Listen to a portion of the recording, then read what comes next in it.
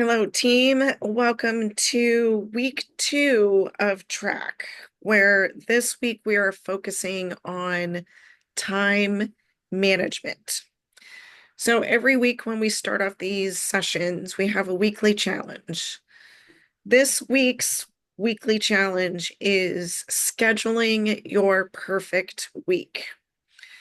So because we're talking about time management, this challenge is perfect. In the track book, there is a little kind of a week Monday to Sunday form that you can use, or use your calendar or your paper planner, whatever the source of your calendar is. But here's the challenge is essentially if it's not in your calendar, it's not a real thing. So, and disclaimer, I will be perfectly honest, time management, time blocking is something that is, for me, I'm always working on it. I'm trying new tips and tricks. So I am not by any stretch of the imagination proficient at this, but just knowing that managing your time is an ongoing effort. So back to the weekly challenge. Block out family and personal appointments, your kids' games, or things that you're doing on a regular basis. That's personal. That's first things first. Next, what you block out is time for lead generation, client follow-up, setting appointments, negotiating contracts, doing script and role play, and even time in your day to track your results. So the tracking your results is, okay, you've time blocked all of these activities in your week. Well, at the end of your week, you need to go back and say, how well did I do? What improvements do I need to make? Whether that's in those activities themselves or even just how you blocked your calendar and put those activities in your calendar. So that is the weekly challenge, or this week's challenge. So time management. Time management is not the problem. It's a prioritization. Priority management is the issue. So really determining of all of the things that you need to do in a given day, given week, which ones are going to be high priority? And also, which ones do you have the energy to handle or tackle at that period of time? So in a lot of this, you have to kind of take a look at what time of day do you have the most energy? Are you a morning person? Or are you an afternoon person, evening person?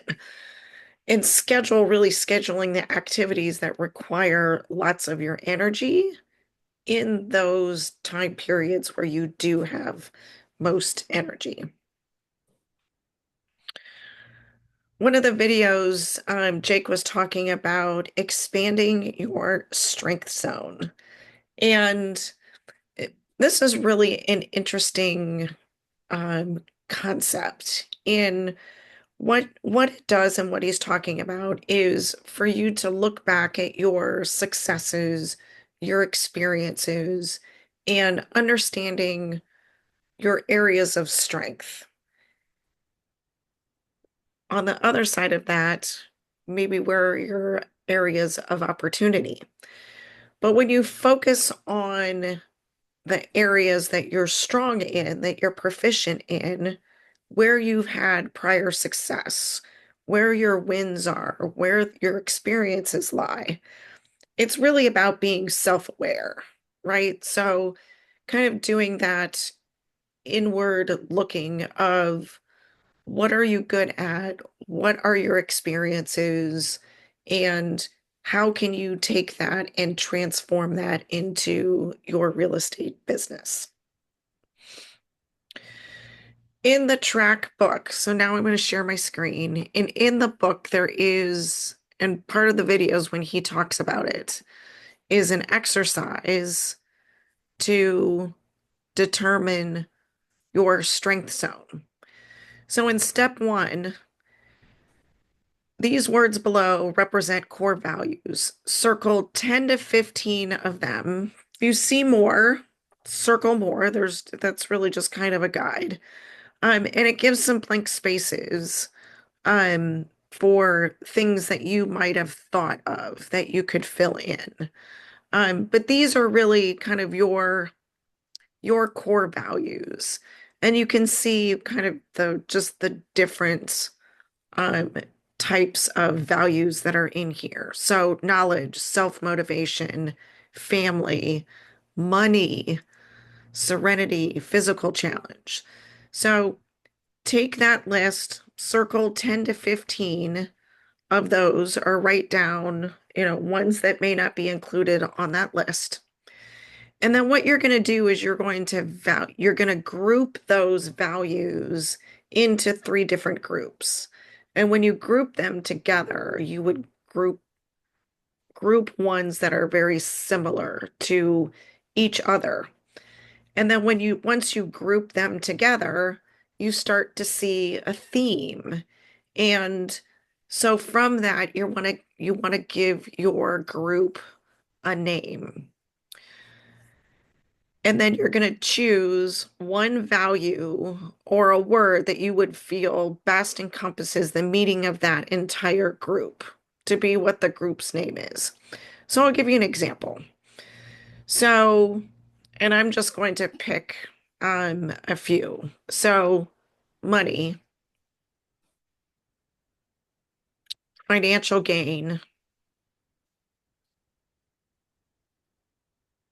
balance, and security. I'm going to put stability in. So that's five. Okay. So those five.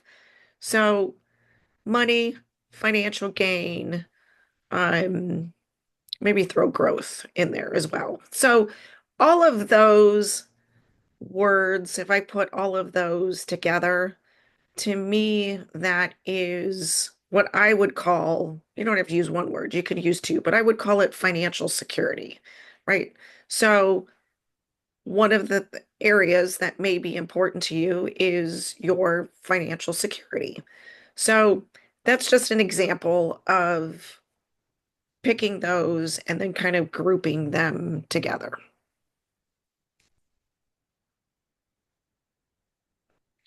And so the purpose of this exercise and why you're doing this is really um it's really an awareness. It's bringing together kind of what those things are that are important to you and putting those together. And then, why does this have anything to do with time management? It has a lot to do with time management because you want to make sure that these core values or these things that are important to you, that you're actually focusing on those things in your calendar, or focusing on activities that are going to contribute to those values, improve those values, maintain those values. So that's really what the purpose of that exercise is for and how it relates to time blocking. So the next page in the book is talking about the strength zone. What do you find to be the most important at this stage in your life? If you no longer had to work, what would you spend your time doing? And who would you spend that with? And what are your greatest strengths? So again, we're taking this exercise, we're digging in deep and really understanding one, what our core values are, what's important to us. And then as we flow that through to time blocking, time management, is that you know that you're really spending your time in the right places. So this graph kind of shows you start in the inner circle, right? You start with, and so there's some trigger words in here. Then you move to your outer circle. So this is what are those things that are going to be a yes versus a no? Anything that you want to be intentional about or you would want to double down on. And then you go to the outer circle, and this is where you take those things and you'll kind of see where they fall into. You're either building a network, you're systematizing things, you're being strategic, efficient, maximizing your efforts or your influence. So it's really kind of, and I look at this kind of like a funnel. So going, small and then going bigger, um, is really kind of notating what your strengths are and then branching that out and how you can expand on those strengths, um, in your community, in your real estate business, with your family, things of that nature. And really, what it helps you do is to play to your strengths. Um, One of the other things that this exercise reminds me of is lead generating by disc, right? By your disc profile. So there are agents that say, nope, I'm not going to cold call. I'm not going to do expireds. But on the other hand, there might be a type of personality that might say, yep, I'm all about doing that. It doesn't bother me to go knock on a stranger's door. I'm going to do that. So when you're building your business or growing your business, you really want to do those things, one, where your strengths are, where your personality lies, where your values lie. That's when you know when you're working on those things that it's true to your soul and is going to help you grow your business.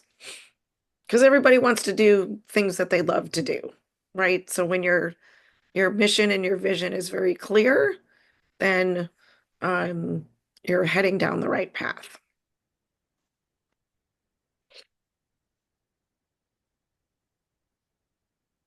So the four quadrants of prioritization.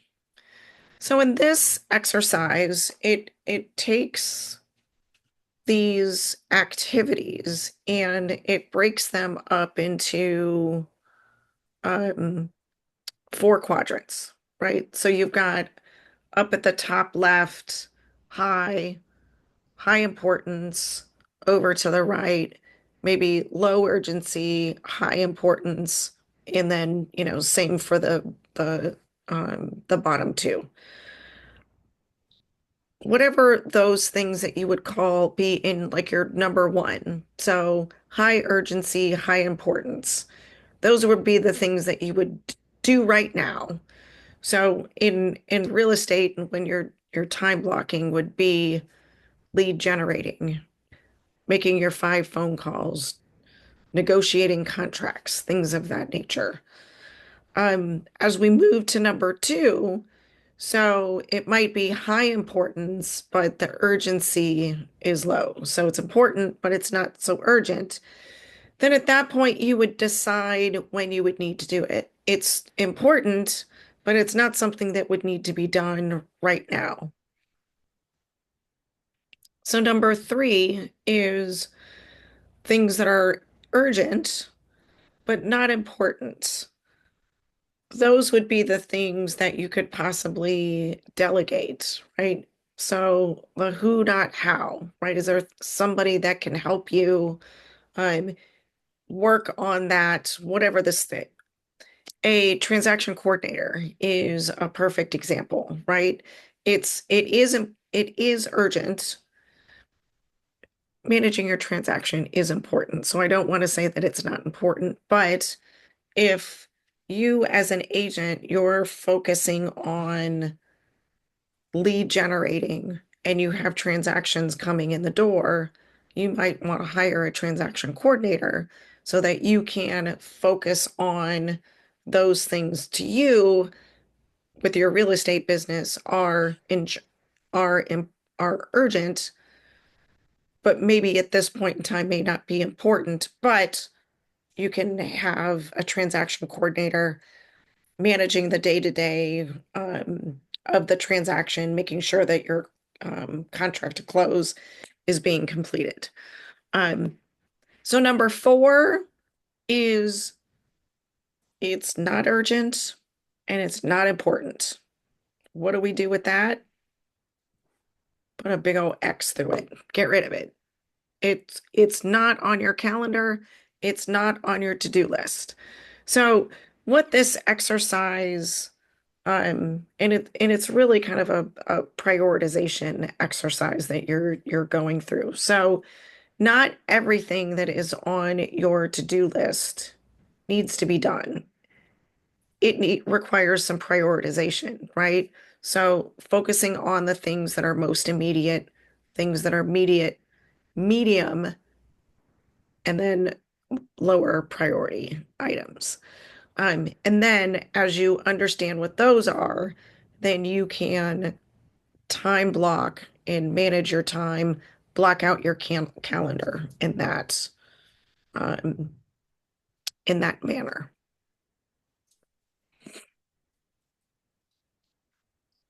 The 80-20 principle. This is a very common 80-20 rule, Pareto's law. It really kind of holds true for so many different things.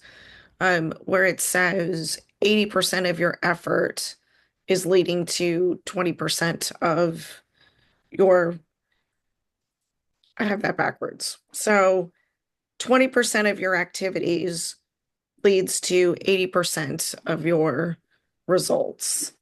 Um, so in the example of real estate, so your activities would be lead generating, follow up, going on appointments, negotiating contracts, and script and role play. Those activities are going to lead to 80% of your results.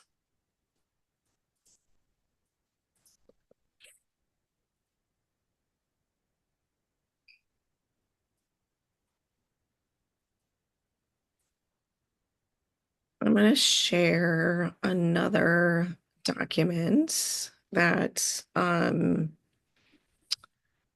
it's an Excel sheet that Jake had shared um, in this series.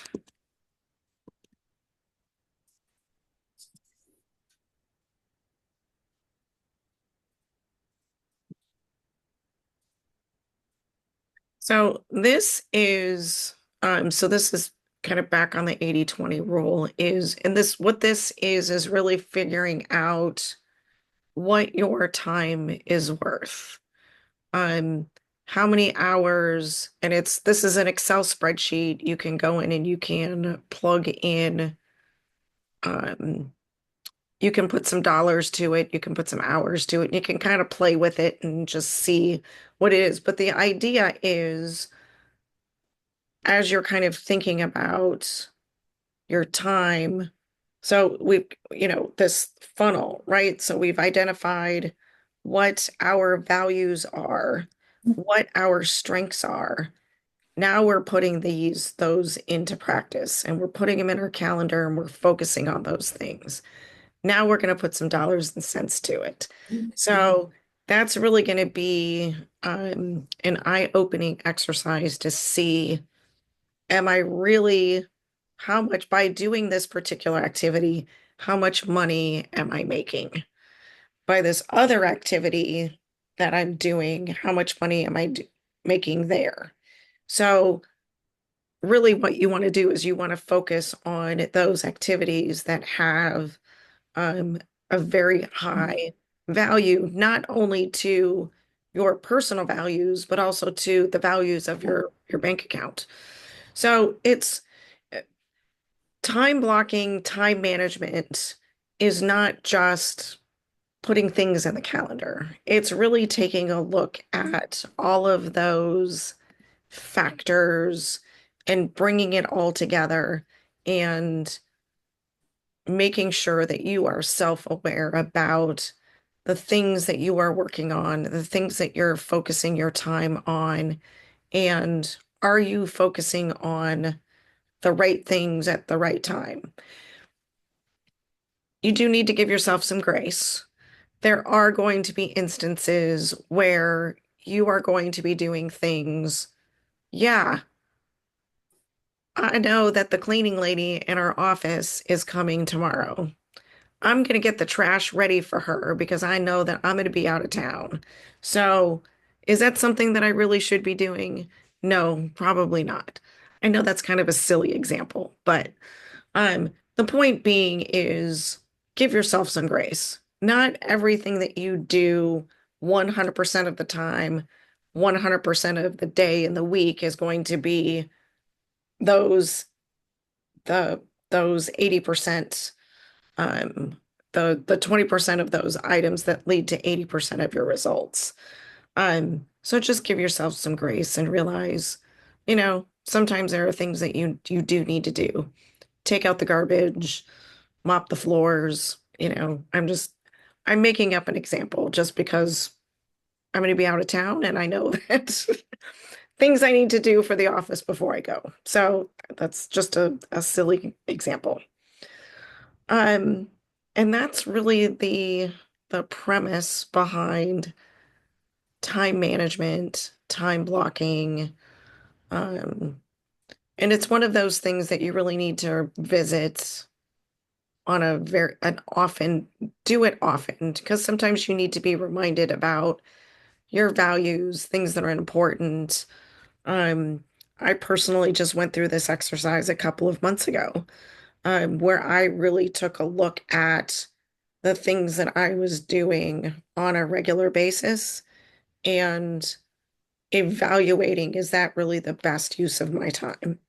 And now I'm looking into systems, some processes to alleviate some of that time so that I can focus on things like building the brokerage, growing the brokerage, things like that. So going to Greenville, is an example. So, does anybody have any questions, comments, feedback, any inspiration on what they've done to kind of tackle time management, time blocking, that kind of thing?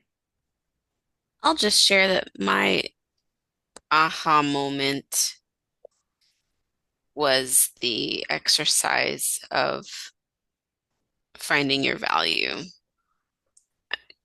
Just taking the time to go through that and using that as your compass really to figure out like, should I do this or this? And using that to make the decision of what to do. Like, does it align with these three buckets? Like which way to go. So That's a great way to put it. I like the compass, right? Is it directionally? Is it are those activities that you're working on, is it directionally getting you to your goals? And if it isn't, but it still needs to be done, so the block, right? Is it important? Is it urgent? I'm not saying that it doesn't need to be done, but is it you, Devin Wilson Torres, that needs to do it? Or does it need to be done right now? So prioritization, is it necessarily your time that needs to be to handle it? Yep, that's that's a great point.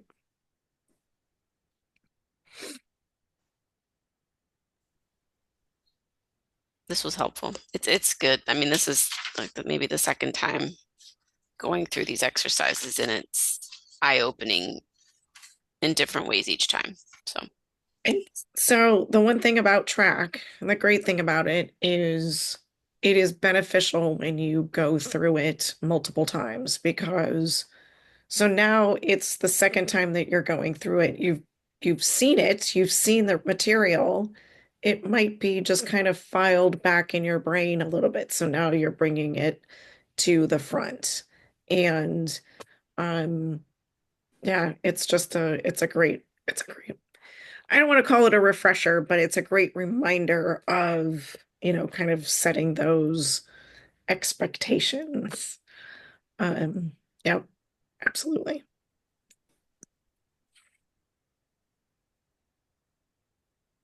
All right.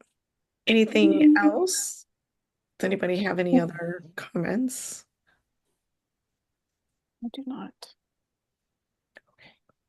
So next week is week 3. And what is week 3? Scripts and role play.